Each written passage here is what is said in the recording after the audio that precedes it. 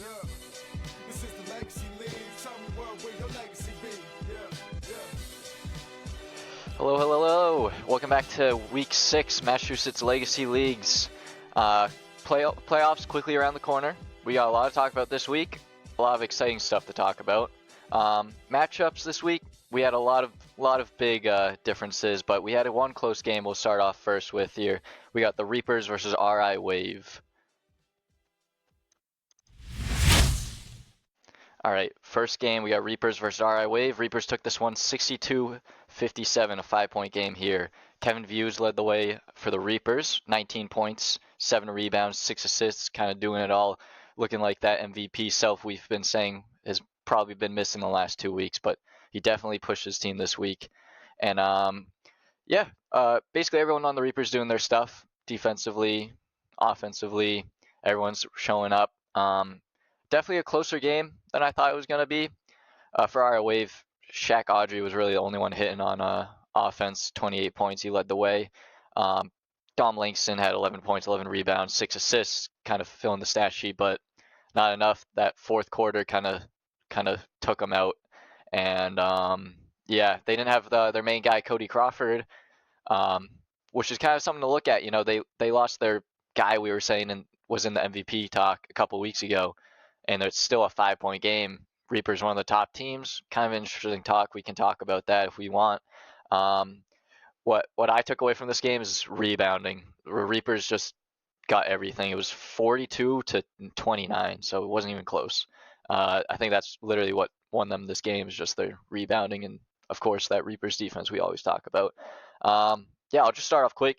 Elliot, what do you guys say about kind of RI Wave? We'll go RI Wave first, since we'll bring up the losers first. They don't always get first, so got to talk about them. Yeah, when RI Wave, when their shots are falling, they're a different team.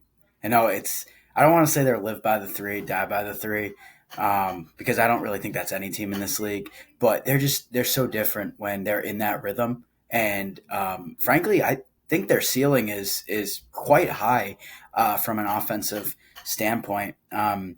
But we'll see how it goes. We'll see how it goes the rest of the season, and if they can be a legit. We'll find out pretty soon if they're going to be a legit threat in the playoffs. Yeah, we will find out soon. I think there's only 2 more regular season games, so it's right around the corner. We'll talk about that later too, though. It was definitely a slow Reaper start, which is exact opposite of what they're usually up to in the first quarter. They usually get those big early leads and then lock down for the rest of the game, kind of trading on offense with those better teams. I think they got outscored by over 10. I don't have it written down exactly. It was definitely over 10 points in that first quarter. So a quick little comeback in the second quarter kind of boosted them for the rest of the game, locking down key scores on RI Wave. I'll go to Trent for kind of touch up on this game before we move on. I know you're always hard on RI Wave, but they made it a close one without Cody Crawford. So I mean, the Reapers had everyone. So what do you guys say about that? The game was only close because of the first quarter. Reapers, they just was playing sloppy basketball in the beginning. And credit to RR Wave. It wasn't just because Reapers were missing shots. RR Wave came out and played some really good defense. But, when you only have like 4 to 5 players on the roster, you get tired. And with Joey not hitting a lot of shots, it's really 4 players. No offense to Joey. He was hitting the other night. But, yeah, this Reapers team is legit. I have them actually winning it all. And, I'm very hard on Kevin Views because I know the talent he is. Offensively, 19 points, we'll take that any day. But what's standing out to me is his playmaking ability. He's getting his teammates involved. He's getting his teammates open shots. The defense is so focused on Kevin Views that sometimes they're throwing 2 people at him and other players are getting opportunities. And I always say this, if your team has 5 to 6 players that can score, like A1, you're a very good team. If you're relying on one player, like, Run It Up and Sean Yard, your record shows it. So this Reapers team is deep. They can go 6 deep whenever. And Kevin Views is just getting ready for the postseason. So shout out to him and the Reapers. Totally. When teams have to kind of worry about one guy, that just opens up the floor for the rest of the team. And Kevin knows when to dish the ball. He knows when not to shoot it. I don't think he's broken 20 points the last 3 weeks, and they've won every game. that just shows how real this team is and how big of a threat they are. And I hope we see an A1 Reapers matchup. I really do. I think that's going to be the best game of the season when we see it, because they've only played in the first week, and the Reapers are such a different team right now. They are a different team. All right, and we'll move on to our second game. A bit of a blowout, but there is a good amount to talk about with this one. I know Trent wants to talk about this one. We got B2A versus BVO. B2A took this one 95-65, 30-point win. Yeah, I can read the entire B2A lineup because everyone was cooking tonight. We got Giordani Neville, 28 points, 7 rebounds, 6 assists. Anthony Cabrera, 24 points, 8 rebounds, 5 assists. Shout out Samaj Harris, 19 points, 10 rebounds, 5 steals, 4 assists.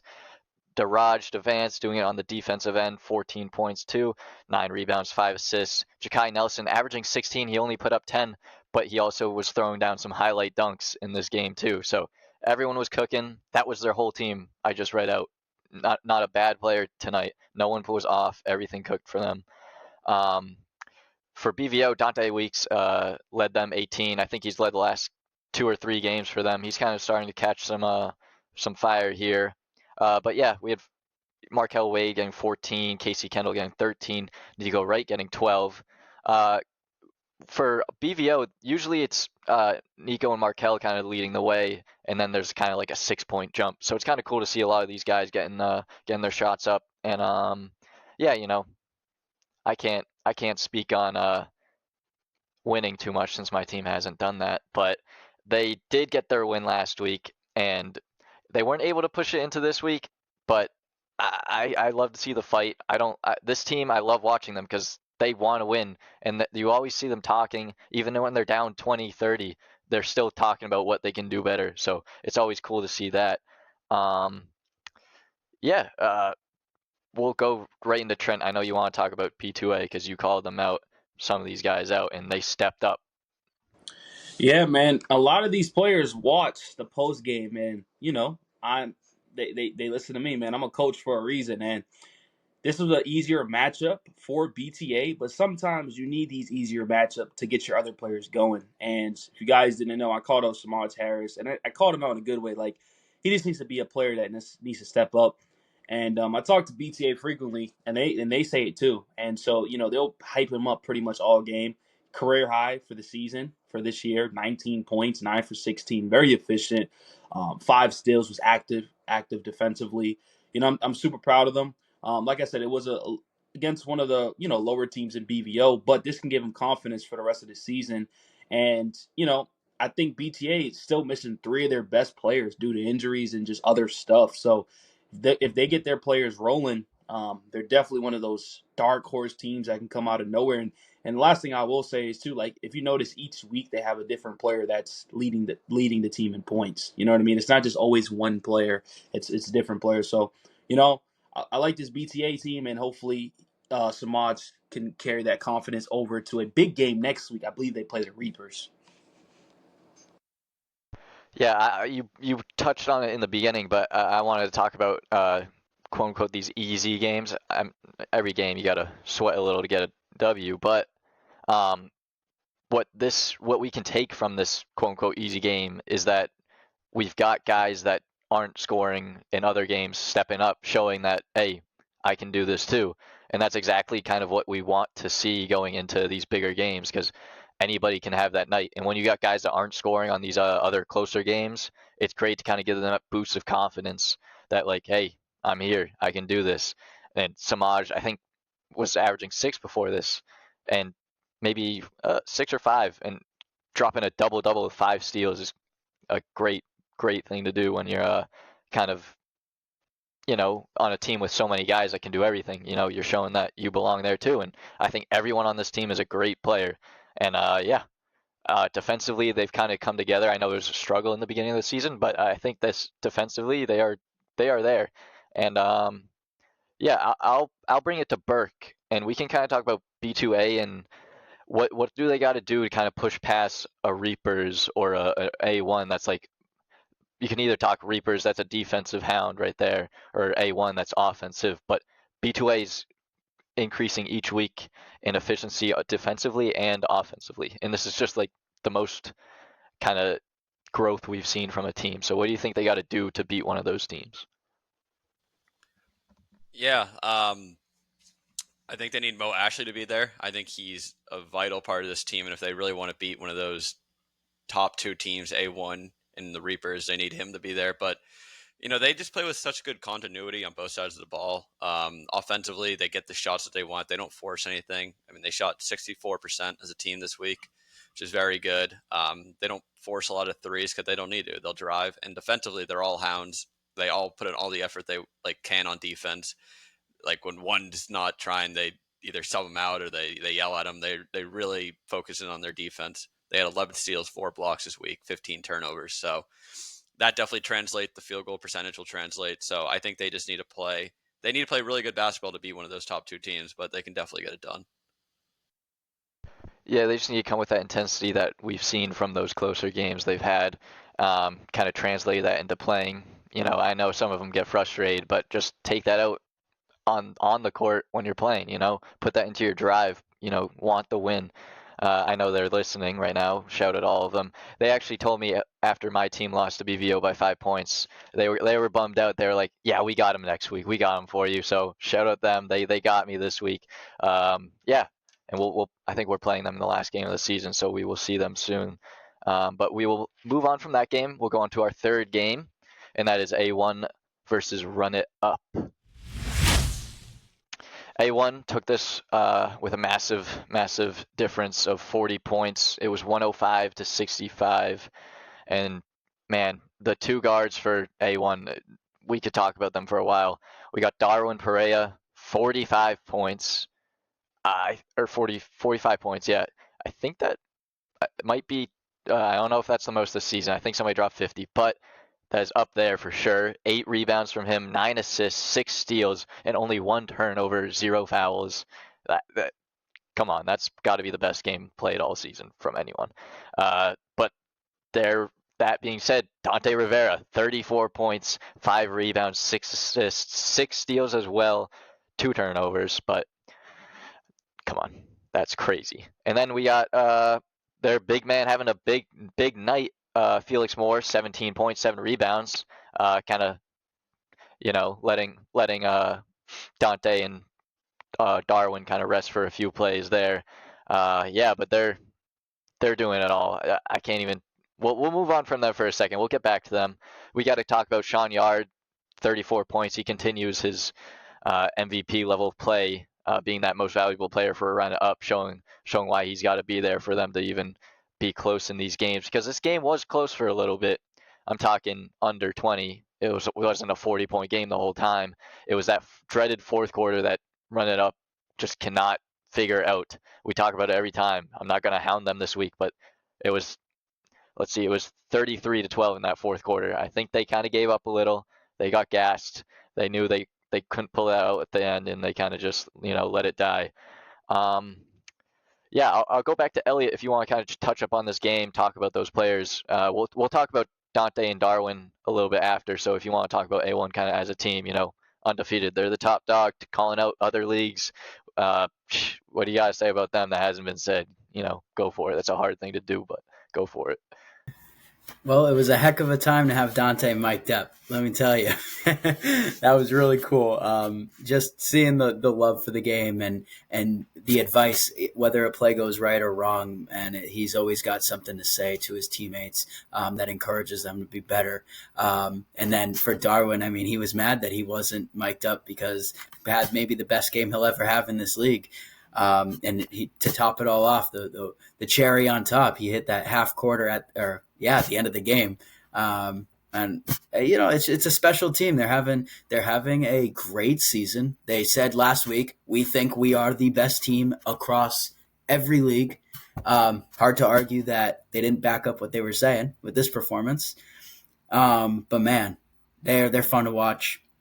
And I really, even you said it all. They're just having fun. They're having fun out there, and they should easily be the favorites to win this league. For sure. I mean, we didn't even talk about Darwin's shooting percentage. He shot 10 for 11 from 3. I mean, Come on, get him in the 3-point competition now. Uh, that's crazy. That is crazy. I can't even hit one this season. So yeah, that is something else. Casey Key had a bit of a quiet night. He's usually that number 2 option, but uh, even with that number 2 option, running up with needed a lot more to beat this team. Sean Yard kind of did all he could offensively, but defensively, it's just A1's just hard to kind of figure out when you got 2 guards that can kind of do everything, and you got a big guy like Felix Moore, like block in the middle, kind of, you just don't know what to do with that, especially 4v4, adjusting to that 4v4 play versus 5v5. It's just kind of hard to get used to having to guard 2 guys that can shoot lights out.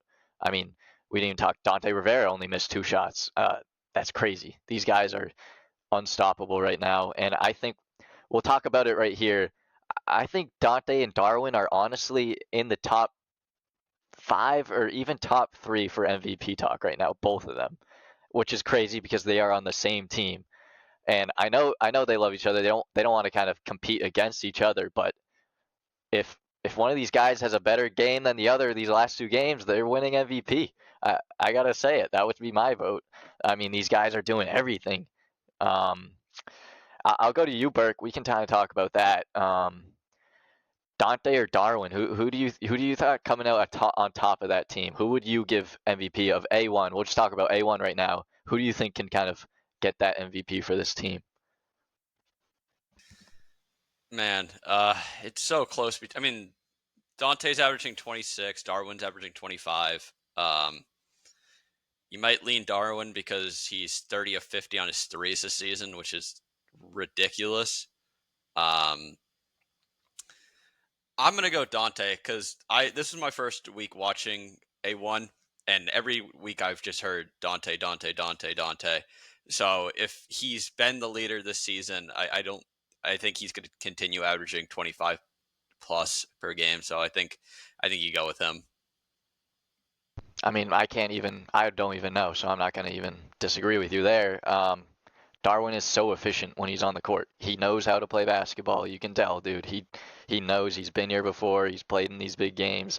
Um, but yeah, Dante's been here too. I think he played in college. I know he was good in college. I definitely heard that, and it's translating very well to this lowered rim 4v4.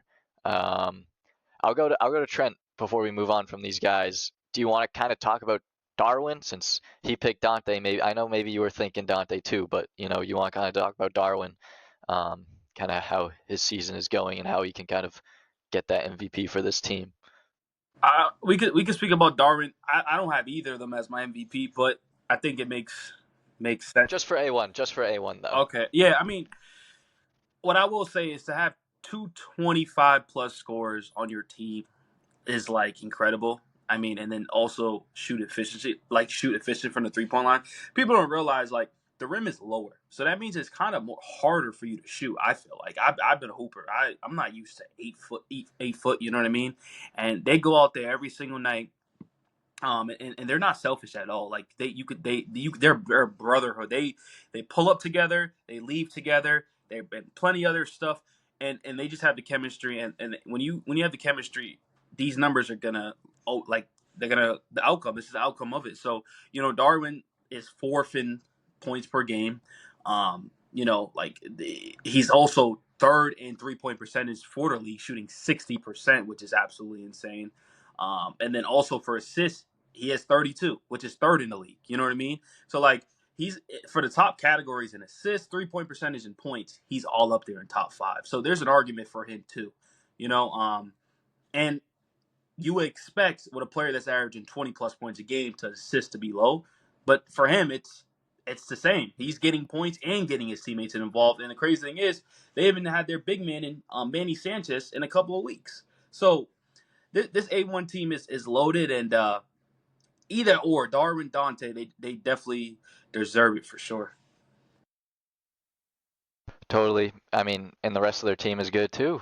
We can't forget about them. Manny Sanchez not being there for the last couple of weeks, and they're still winning by 40 points. And Manny is a baller, I can tell you that. Yeah, I can't really pick it between them right now because Darwin shoots lights out. Rivera, I think I think he even holds back sometimes. I think he's just trying to have fun sometimes, and he's still cooking, and he's putting up highlight dunks, um, one hand slams over people every week. It's a shocker not to see him in the top 5 when that top 5 comes out each week. You expect him there, and Darwin kind of just plays more efficiently. I think Dante is more explosive. Yeah, we'll move on. I'm sure we'll be talking about them in the next couple of weeks because one of them's going to be in the conversation for sure. So we'll talk about them, and we'll quickly move on to this last game. And we got for our last game, we got FTG versus Party Crashers.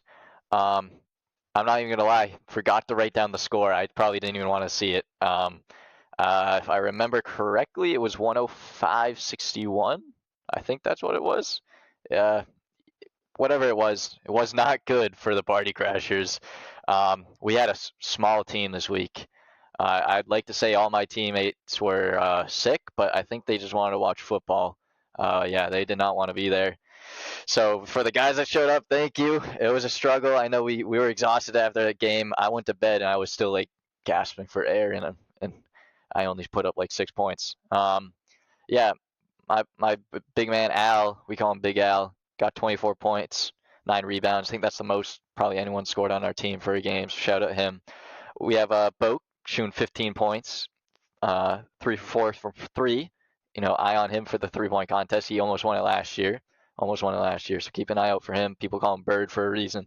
It's because he can shoot lights out from 3. Ethan Austin led the way for FTG, 29 points. But I mean, everyone scored. It was a murder. I will tell you that it was not. It was fun to be a part of. I mean, there's nothing really to talk about here. They kicked our butts, highlight after highlight.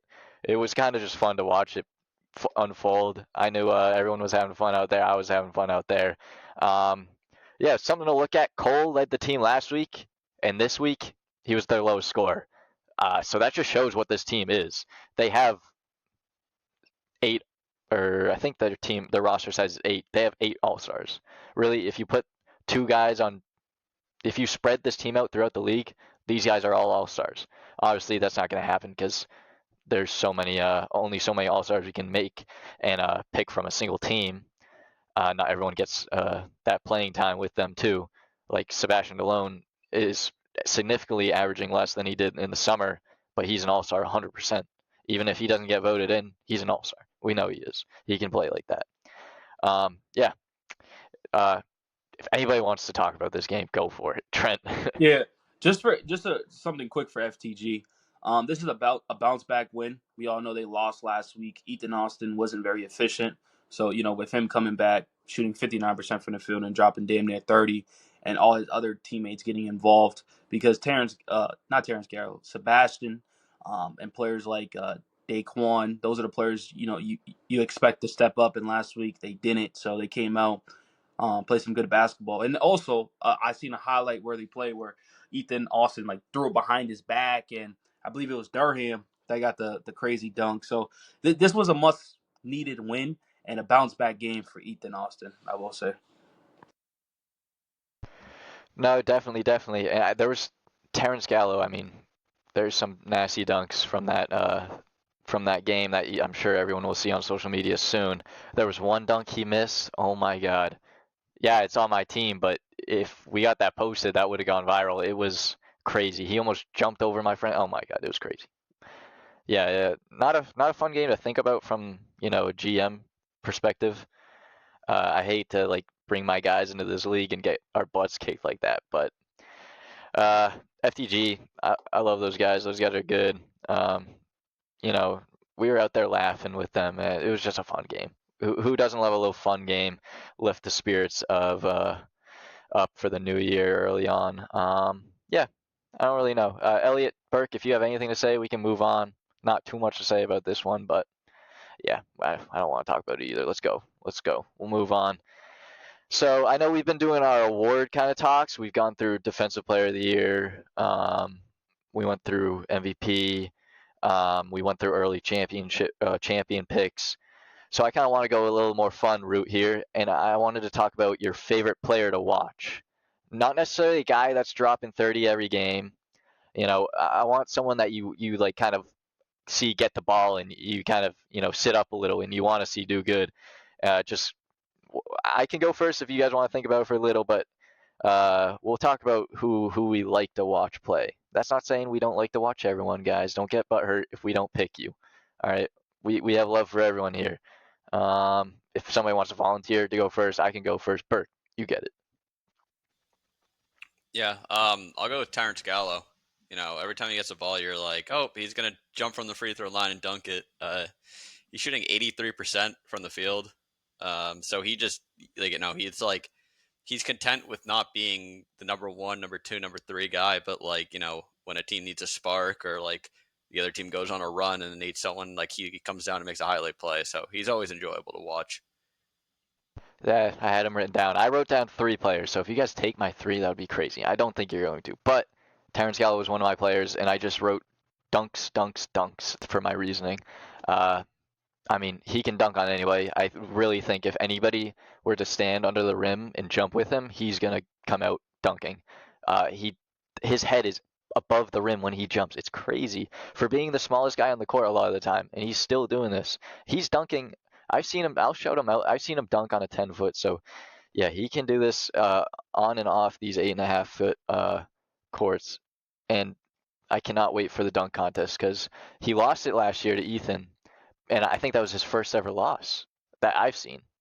And I think he has 3 or 4 dunk competitions under his belt, and I really want to see what he has this year. I want to see him come back and get that win for that. Yeah. Also, he doesn't shoot threes. Never does. I just want to see one, because that would make me more excited than seeing him throw down a windmill over someone. If he shoots a 3 and just splash, oh my God, I would get more hype than him dunking on someone. I'll hop over to Elliot. You give me someone you like watching. Yeah, a little out of the box pick. I'm gonna go with Shaq Ardrey. I've seen him a lot. Maybe it's because I've covered a few of the games for RA Wave and I've done the stats afterwards.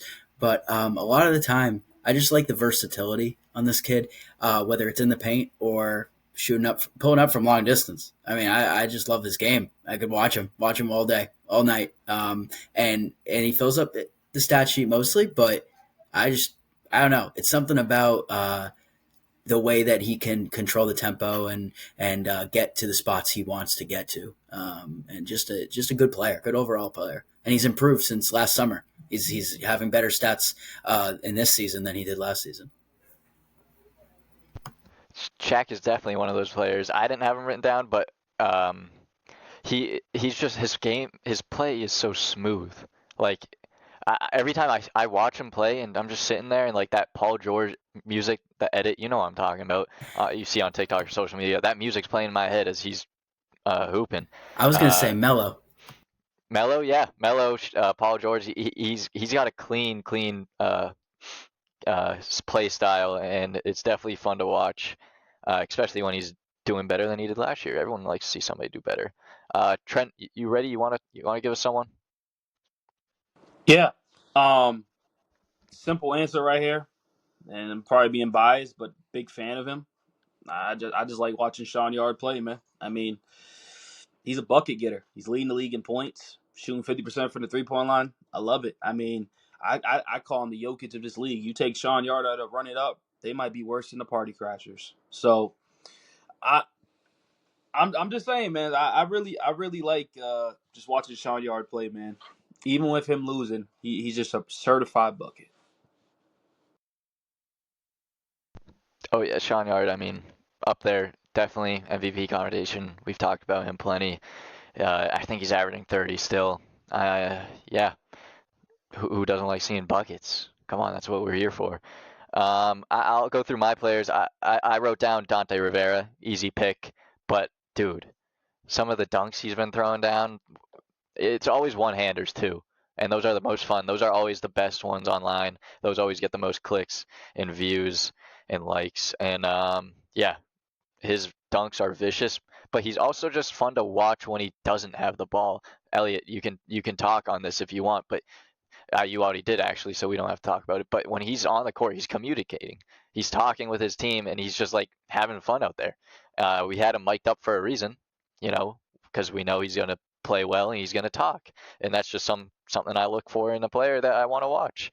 Um, uh, to completely go against everything I just said, Jaysean Edwards on the Reapers. I know he's only been to a couple games this season.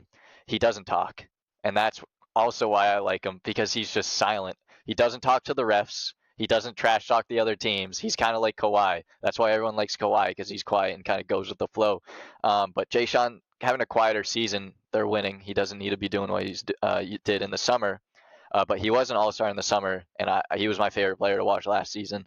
And yeah, I was sitting by their bench, and I asked him, I was like, "Do you ever like not like the calls the refs make and stuff?" And this is exactly what he said. He said, "No, I like getting hit." That is exactly what he told me. So oh my God, dude, he's such a nice guy too, and his dunks last season were incredible. He had a great dunk in this game too. Yeah, I'd love to see more activity from him on the offensive end, but yeah, that's one of my players to watch, and everyone on my team. I'll shout out you guys. Don't hate me for not saying you guys. Yeah. Before we go into next week's and kind of wrap this up, I do want to talk about. We talked about last week how we kind of jinxed our MVP picks. We kind of jinxed our Defensive Player of the Year picks this week. So Don Langston, he was leading. I think he was top 5 in steals and blocks, and we said he's up there for our picks for Defensive Player of the Year. 0 blocks, 0 steals. Sebastian Delone this week. I mentioned he was my pick. I said, can't count out the king. He got it last year. He has the crown right now. He's the last Defensive Player of the Year. 0 blocks, 0 steals. What are we doing, guys? We got to stop talking about players. We just got to start talking about, I don't know, things we want to see happen in the opposite context. So maybe it does happen. We also talked about Dante Rivera, but he had 6 steals, and now he's currently leading the league. He's passed Carlos in steals. Didn't jinx him. Daraj Devance had 1 steal, 1 block, both under his average, but defensively he's still playing well, and he now leads. I think he's leading the league in rebounds right now. So yeah, kind of jinxed those guys. Sorry, that might be our fault. Might not be. Yeah, we'll quickly talk about our next week games. I think there's some good games in here. FTG, RI Wave, that's a good game. Run it up, BVO. Hopefully Run It Up can get a bounce back. But I do want to see BVO pull this one out. I like to see kind of the underdog get the win. Everyone loves an underdog. Speaking about underdog, Party Crashers versus A1. Yeah? No, I'm just kidding. We'll move on. Reapers, B2A. I think that's our best matchup. We can kind of end the show talking about that a little bit. B2A, definitely I would say underdogs here. I believe in them. I'm not saying I don't believe in them. I love the underdog, but Reapers are on fire right now. They were undefeated last year. They haven't lost since week 1 to A1, the number 1 team.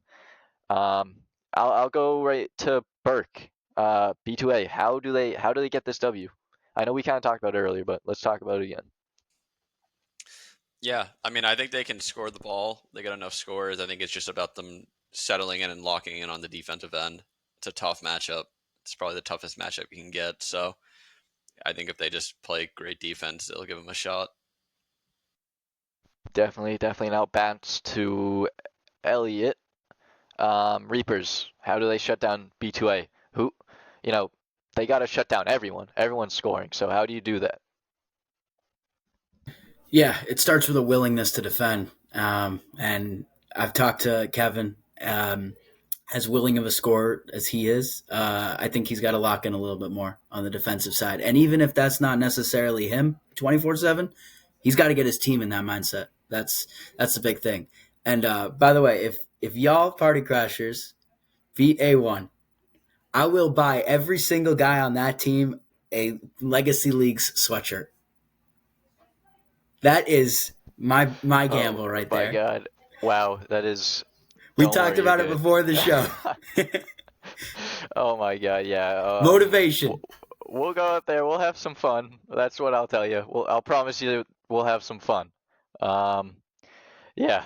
Yeah. Thank you, Elliot, for that motivation. I'm sure we're gonna use it and get this W. Yeah. Well, Yeah. yeah. All right. Good way to end this week. Week 6 wrapped up. We're on to week 7. Playoffs around the corner. We'll talk about that next week. I'm sure MVP talk. We'll talk about more and more and more. And hopefully we see our boys next week. Elliot, Trent, Burke, me. Can I say No, yeah, one more thing? yeah, Trent. Okay, Trent, go for it. The way to beat the Reapers, let Kevin Buse score all the points and take everybody else out. I'm telling you. You heard him, Kevin. Prove him wrong, Kevin. Prove him wrong, Kevin. People haven't been proving Trent wrong this year. Trent has been awfully right this year to say, prove him wrong, Kevin. He wants you to prove him wrong. He wants to be shut up here and there. Come on, he can't always be right. All right, I already signed off, so we'll cut it here, guys. Thank you for watching. We'll see you all next week. Peace.